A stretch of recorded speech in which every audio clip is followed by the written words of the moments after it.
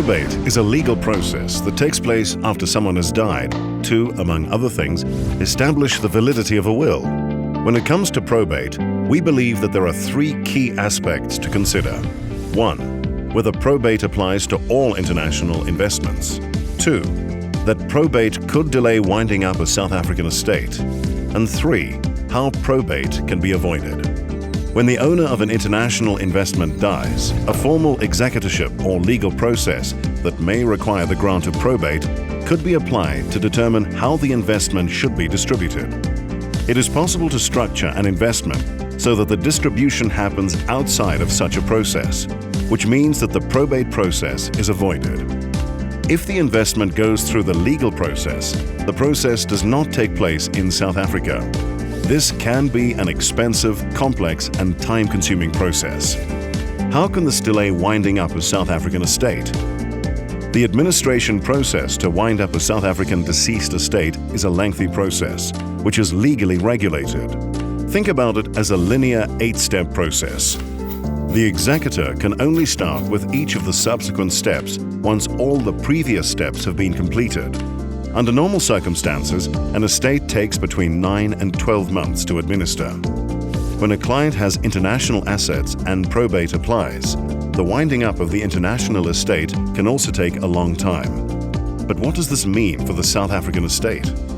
The administration process of the South African estate will effectively be held up after the first few steps until the international estate has been finalized.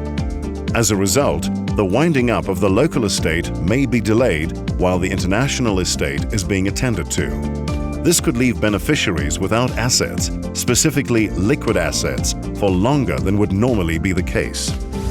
So, how do you avoid the probate process? All the products on the Momentum Wealth International platform offer some or all of the following benefits: joint and survivorship provision, beneficiary for proceeds, and succession of ownership. By applying these benefits correctly, you can structure a client's investment so that probate is avoided, as the proceeds of the investment will, for example, pay directly to the beneficiary, or ownership could be transferred to the new owner. Make sure that every investment, specifically those with a value of $20,000 or more, includes an overriding contractual arrangement. On the international endowment option, add a successor contract owner, beneficiary and/or joint and survivorship provision. Only spouses can be added on the joint and survivorship provision benefit, and this benefit is not automatically incorporated. On the international investment option, add a contract owner with joint and survivorship provision. Joint and survivorship provision is automatically incorporated and not restricted to spouses. Remember that even if the investment is structured to fall outside of the legal, and by implication, the probate process, South African estate duty may still be payable.